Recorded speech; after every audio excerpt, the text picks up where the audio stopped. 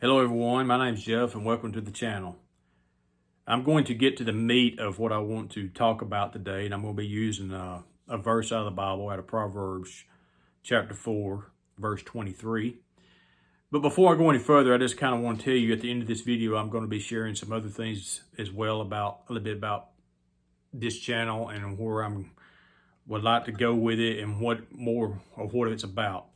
But before I do that, I just want to get into today's talk, to the meat of the thing. And if you want to hang around at the end and hear me talk about the other stuff, you're more than welcome to. But I want to share with you, when I was a young Christian, and actually up until a few years ago, I was very immature in my Christian walk, my Christian faith.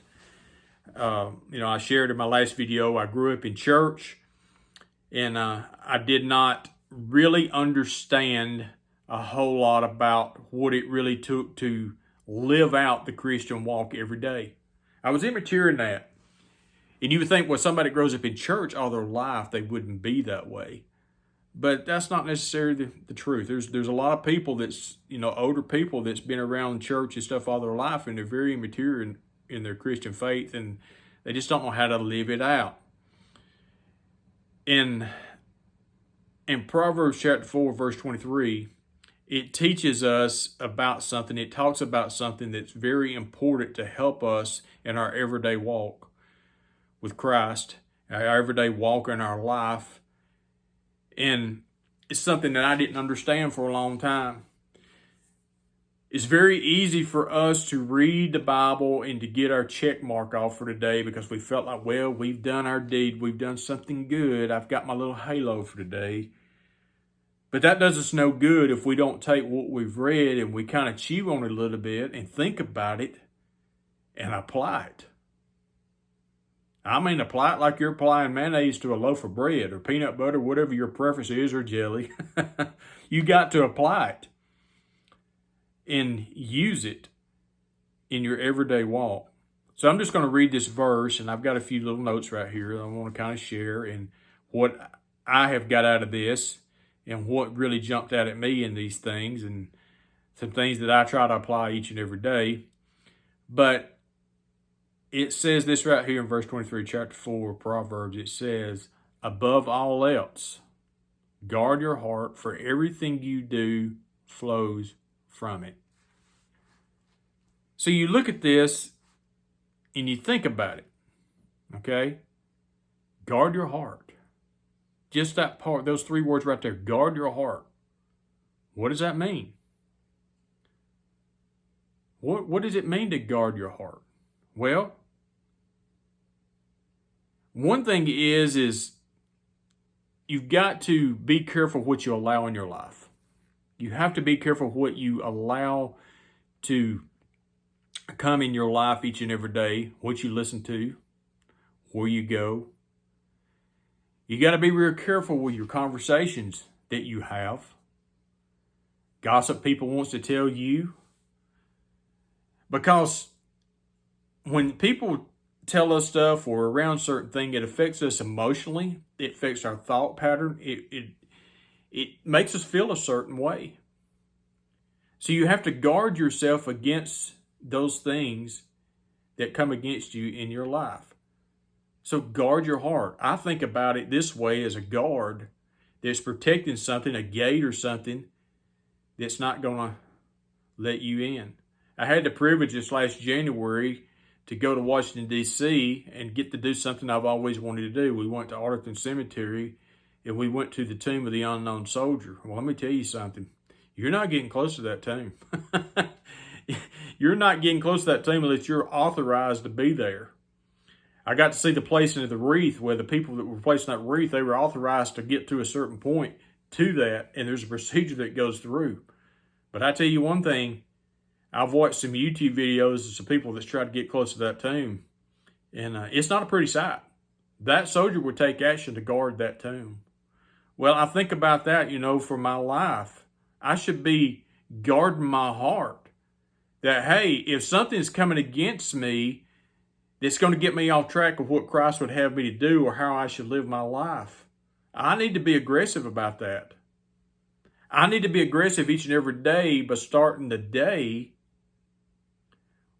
with prayer, with reading the Word, and thinking about what I'm reading for that day and apply it.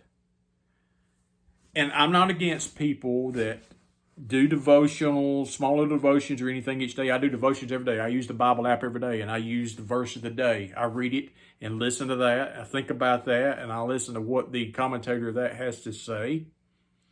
But I'm not against, you having a verse on your desk or whatever, and, you flip your calendar every day and you have that little verse. But if that's all you're getting and you're not applying anything else or getting anything else to your life, it's kind of hard to guard your heart with just light stuff. To guard your heart, you've got to get into the Word, and you've got to apply what it says to your life. But the second part of that verse is, for everything you do flows from it. Everything that we do in our life, it's inside of us. It's inside of our heart. What's in your heart comes out. Your speech, your behavior, it comes out of your heart. It flows out of us just like pouring water out of a glass or out of a cup. I give you an example that happened to me a few months ago, and I'm doing a little confession here, but we had changed our sound system in our church. Yes, I shared in my last video that I'm a drummer, and we changed our sound system. I don't like in-ear monitors. I don't like playing with headphones. I don't like playing with in-ears. I like a wedge, but the wedges were overpowering the house speakers, and it was too much for our church and everything. And we had done in-ears several years ago, but we had gradually went back to having our own monitors, and it was just becoming a mess. So we went back with in-ear monitors, and my mix was terrible. I didn't like it. I'm a feel drummer. I can't read music, so I like the feel of it. And I had the attitude of, yeah, whatever. I don't like it. And I was voicing my opinion, but then I would turn around and say, but it don't bother me. And I said that to a guy. He said, well, it must. Because I was talking about it. I was being sarcastically negative about it. It was in my heart. I had a bitter feeling about it. I was aggravated about it. And it was spewing out my mouth. Because it was in here. So what's in here is going to come out. Whether it's good, whether it's bad, it's going to come out. So I had to rechange my thought pattern on it. I said, okay, he's right. He's right. It is bothering me. And I had to deal with that. And I had to put up a guard against that and say, you know what? This is what's best for our church. This is what's best for what we're doing. And I need to get on board with it. And I need to let my feelings and my, what am I trying to say here? My thoughts about it go. Just, work with it. And listen, I got me some real good headphones, and everything is great now. It's wonderful. It's doing great. But we got to be real careful and don't get off track and don't get distracted. And this is a daily process that we have to do. This is not a one-time thing that we do in life. We have to go through a daily process of guarding our heart each and every day. Because the thing about it is if we let our guard down just a little bit, the enemy is looking for any kind of crack in our life where he can get in and try to get control of us and make us not be an effective Christian. He will take everything that he can to use against us. So it's a daily process of getting in the Word and praying and applying this stuff to our life. There's nothing more important than guarding our heart. There's nothing more important than that. Now, here's the thing about guarding our heart. Even though that we mess up and things happen in our lives because we're human beings, doesn't mean that we should say, well, I tried. I read the Bible. I've prayed. And I tried to apply these things. And I've tried to guard my heart. I've tried to watch my mouth. And I've tried to watch all these things. Listen, we are sinful creatures saved by grace. Sinful creatures saved by grace. We're human beings. We're not perfect. But if we have that desire to live for Christ, we have that desire to do what's right, and we are working on applying these things in our lives, listen, you're going to do a whole lot more good coming out of you. There's going to be a whole lot more good flowing from you than is bad if that's your desire. Because we are influenced so much by this world. We are influenced by so many things around us. Social media, advertisements, people, our environment's just continuously bombarding us. And it takes a lot to keep the things of the world off of us. It takes a lot to keep from falling into the temptations. So that's the reason we got to guard our heart 24/7. We can't take a day off. We can't. We can't take a day off to allow ourselves to get lethargic. Now, there are days, guys, listen, there are days that I open this Bible right here and I'm engulfed with it. I can't get enough of it. And I have the time to put into it and to study it and to read it and to think about it more.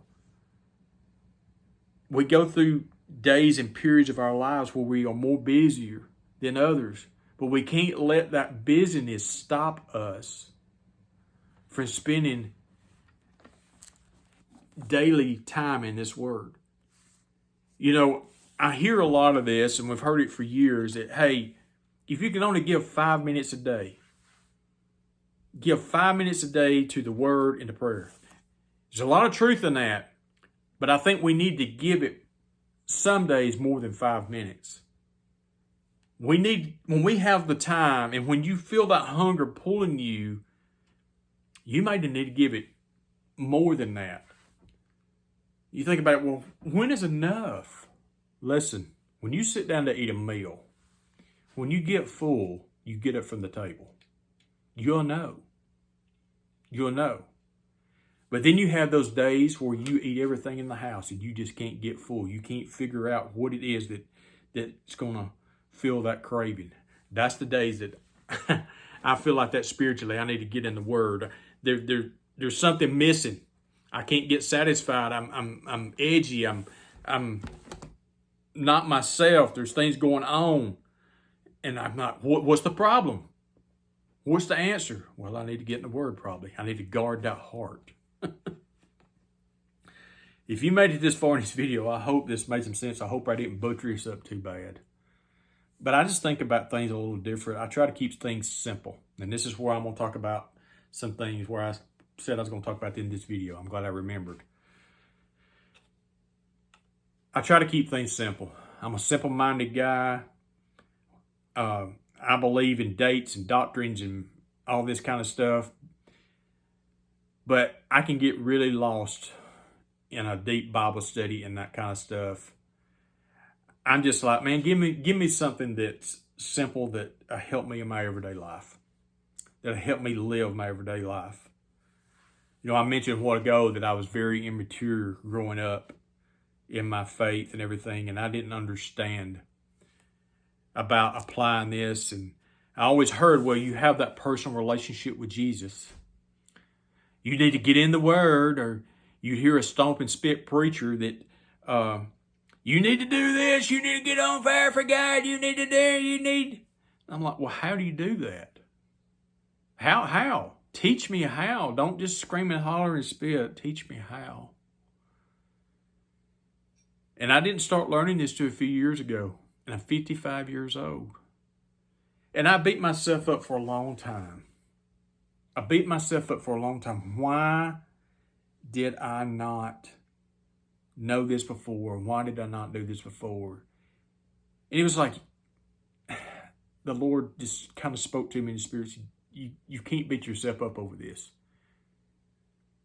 Then I had to realize, I said, thank you, Lord, that I know now, that I understand more now, that I have more of a knowledge now, that you're teaching me how to be more like you each and every day, Teaching me that it's okay if I fail, that you still love me. You still forgive me. You don't hold that against me. The gospel's simple. It's simple. We complicate it way too much. We try to over-exaggerate it. We try to be something to others that we're not.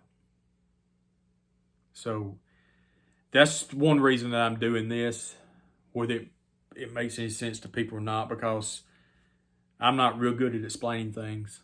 I just have to share things the way I know them. And you take it with that. Maybe that you can relate to it like I do. I don't know. I'm just putting it there, and you do what you need to do with it. Get in the Word. Don't take my word for it. Study the Word out for yourself. That's the best thing you can do. Break it down piece by piece, word by word, verse by verse, and run some reference on it. I like a good Bible that has footnotes in the bottom. Life Application Bible is what I'm using right here. And it just kind of just puts it in everyday life terms, how it applies. And that's the way I like it. Simple. So thanks for tuning in. Let me know in the comments if any of this has spoke to you or how you think about things. And have a good day. God bless you.